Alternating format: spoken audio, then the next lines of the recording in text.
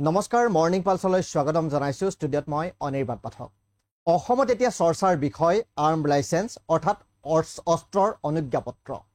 অসম চৰকাৰৰ কেবিনেটে অসমত অস্ত্ৰৰ অনুজ্ঞাপত্ৰ প্ৰদানৰ বাবে আঁচনিৰ কথা ঘোষণা কৰিছে কিন্তু ভাৰতত অস্ত্ৰৰ অনুজ্ঞাপত্ৰ পোৱা বা দিয়াৰ নিয়ম কি অস্ত্ৰৰ অনুজ্ঞাপত্ৰৰ বাবে কোনে আবেদন কৰিব পাৰে অস্ত্ৰৰ অনুজ্ঞাপত্ৰ লাভ কৰাৰ বাবে কোন যোগ্য হয় আজিৰ মৰ্নিং পালছত কব বিচাৰিছো অস্ত্ৰৰ অনুজ্ঞাপত্ৰৰ কথা অসমৰ মুখ্যমন্ত্ৰী ডক্টৰ হিমন্ত বিশ্ব শৰ্মা কেবিনেটে বুধবাৰে ৰাজ্যখনৰ কেতবোৰ জিলাৰ নাগৰিকক অস্ত্ৰৰ অনুজ্ঞাপত্ৰ লাভৰ বাবে উৎসাহিত কৰিবলৈ এখন আঁচনিৰ কথা ঘোষণা কৰিছে চৰকাৰৰ এই সিদ্ধান্তৰ পাছত ৰাজ্যত বিৰূপ প্ৰতিক্ৰিয়া দেখা গৈছে চৰকাৰৰ এই সিদ্ধান্তই অসমক পুনৰ হিংসাজৰ্জৰ পৰিস্থিতিলৈ ঠেলি দিয়াৰ সম্ভাৱনা বহুতেই ব্যক্ত কৰিছে ভাৰতত অস্ত্ৰ আইন 1959 আৰু অস্ত্ৰবিধি 2016 অনুসৰি অনুজ্ঞাপত্ৰ প্ৰদান কৰাৰ নিয়ম নিৰ্ধাৰণ কৰা আছে ভাৰতত এজন ব্যক্তিয়ে কেতবোৰ নিৰ্দিষ্ট চৰ্ত পূৰণ কৰিলে আৰু অনুজ্ঞাপত্ৰ প্ৰদান কৰা সংশ্লিষ্ট কৰ্তৃপক্ষই তেওঁৰ আবেদন সন্তোষজনক বুলি বিবেচনা কৰিলে অস্ত্ৰৰ অনুজ্ঞাপত্ৰ লাভ কৰিব পাৰে এই চৰ্তসমূহৰ ভিতৰত এই অনুজ্ঞাপত্ৰ লাভৰ বাবে আবেদনকাৰীজন ভাৰতীয় নাগৰিক হ'ব লাগিব সাধাৰণতে আবেদনকাৰীৰ বয়স 21 বছৰৰ ওপৰত হ'ব লাগিব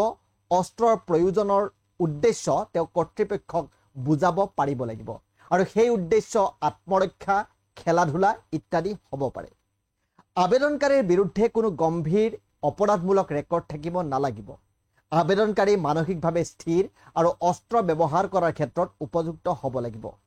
অস্ত্ৰ ৰখাৰ অনুজ্ঞাপত্ৰৰ বাবে আবেদন কৰাৰ পাছত আৰক্ষীয়ে আবেদনকাৰীৰ চৰিত্ৰ আৰু পূৰ্বপদ পৰীক্ষা কৰিব লাগিব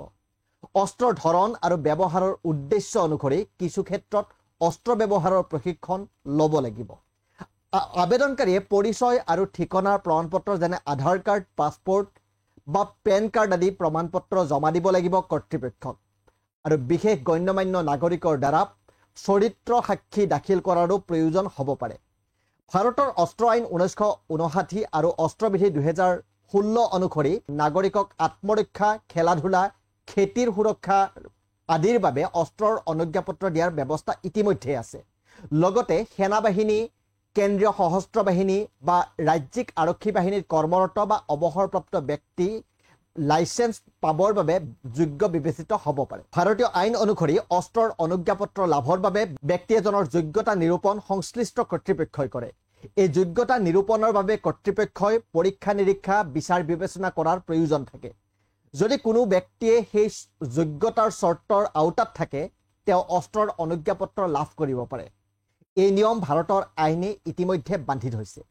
অসমৰো কোনো নাগৰিকে যদি নিজৰ নিৰাপত্তাক লৈ ভাবুকি অনুভৱ কৰে তেনে ক্ষেত্ৰত ভাৰতীয় আইন অনুসৰি অস্ত্ৰৰ অনুজ্ঞাপত্ৰৰ বাবে আবেদন কৰিব পাৰে আৰু যোগ্য বিবেচিত হ'লে সেই অনুজ্ঞাপত্ৰ লাভ কৰাৰ ব্যৱস্থা পূৰ্বৰে পৰা আছে কিন্তু এতিয়া অসম চৰকাৰে অসমৰ খিলঞ্জীয়াৰ নিৰাপত্তাৰ দোহাই দি কেইবাখনো জিলাত অস্ত্ৰৰ অনুজ্ঞাপত্ৰ প্ৰদানৰ আঁচনিৰ কথা ঘোষণা কৰিছে কিন্তু দেশৰ এখন আইন থকাৰ পাছত অসম চৰকাৰে নতুনকৈ আঁচনি ল'ব যোৱাৰ প্ৰয়োজনীয়তা ক'ত সেয়া এটা ডাঙৰ প্ৰশ্ন এখন কল্যাণকামী চৰকাৰে নাগৰিকক নিৰাপত্তা দিয়াত ব্যৰ্থ হৈ আত্মৰক্ষাৰ বাবে নাগৰিকৰ হাতত অস্ত্ৰ তুলি লোৱাৰ বৈধতা প্ৰদান কৰাৰ যুক্তিযুক্ততা ক'ত সেয়াও এতিয়া সময়ৰ প্ৰশ্ন